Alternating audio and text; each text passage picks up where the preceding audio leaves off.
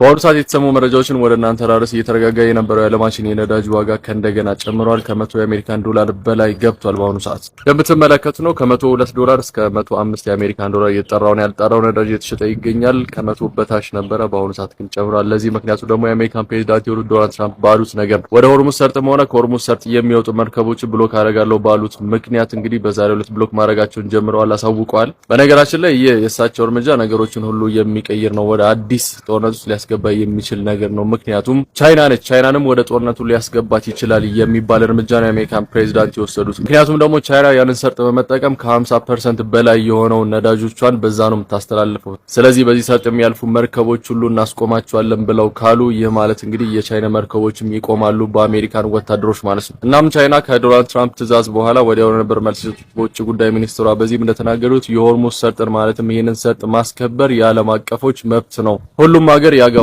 ስለዚህ እኛም ያገባናል የሚል ሐሳብን አራምደዋል። ወዲያው ነው መልስ የሰጡት። ታዲያ ዶናልድ ትራምፕን በዛሬው ዕለት ትዊት አድርገው ነበር። በዚህም እንግዲህ የብሎኬጅ ወይም ይህንን የመርከቦች ማቆም ስራ እንግዲህ በዛሬው ዕለት እንደሚጀምር ተናግረው ከዛሬው ዕለት ከጠዋት ጀምሮ ተግባር ላይ እንደሚውል ተናግረዋል። ነገር ግን የሐሳብ ለውጥ ያደረጉ ይመስላል። ምክንያቱም እንደነገርኳችሁ ከዚህ በፊት ስለ ሆርሙዝ ሰርጥ ነበር ሲያወሩ የነበሩት፣ እንደ ሰርጥ ነበር ሲናገሩ የነበሩት፣ እንዳለ ወሽመጡን እያሉ ነበር ሲያወሩ የነበሩት።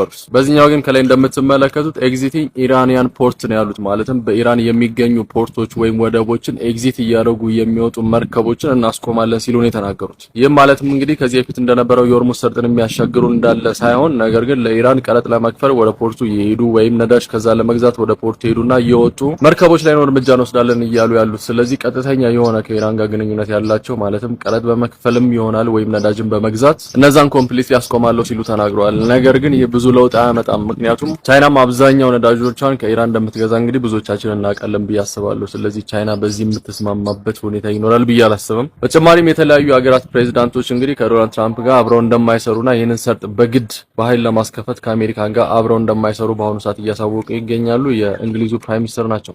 ፕሬዝዳንቱም እጅግ በጣም ከባድ የሆነ እልህ ከኢራን ጋር ተጋብቷል። እሾህን በሾህ በሚል ፕሪንሲፕል ነው እየሄዱ ያሉት። እንግዲህ ኢራንም ያንን ሰርጥ ምዘጋ ከሆነ ቀረጥ ምታስከፍል ከሆነ እኛ ደግሞ ቀረጥ ከፍለውና ነዳጅ ከሷ የሚገዙ ሀገራትን ብሎክ እናደርጋቸዋለን፣ እንዲመለሱ እናደርጋለን ሲሉ ተናግረዋል። ይህንን በተግባር ላይ እንዲውል አድርገዋል። በዛሬው ዕለት የዓለማችንም የነዳጅ ዋጋ እጅግ በጣም ነው የጨመረው። በዛሬው ዕለት እንግዲህ ከ100 የአሜሪካን ዶላር በላይ ገብቷል። እስከ 105 የአሜሪካን ዶላር ከአሁን በኋላም ይጨምራል ተብሎ ይታሰባል። ያለመረጋጋቱ በዚህ የሚቀጥል ከሆነ ፕሬዝዳንቱም በዚህ ሀሳባቸው የሚቀጥሉ ከሆነ የተለያዩ ሀገራትን ይህ ጦርነት ያካትታል፣ መስፋቱን ይቀጥላል። ቻይናን፣ ህንድን ጨምሮ እንግዲህ የተለያዩ ሀገራት በህልውናቸው ይህ ሁኔታ ስለመጣ እርምጃ መውሰዳቸው አይቀርም። ከአሁኑ ሰዓት ጀምሮ እንግዲህ ድምጻቸውን እያሰሙ ይገኛሉ። ይህ ኢንተርናሽናል ወተር ነው፣ ሰላም ማስከበር ያለብን ሁላችንም ሀገራት ናቸው፣ ሪስፖንሲቢሊቲ የሁላችንም ነው ሲሉ ተናግሯል። ታዲያ ከአሜሪካ የነዳጅ መርከቦቻቸውን ለመጠበቅ የራሶቻቸውን ወታደሮች ያሰልፉ ይሆን? ወደዛ ይልኩ ይሆን? አብረን የምናየው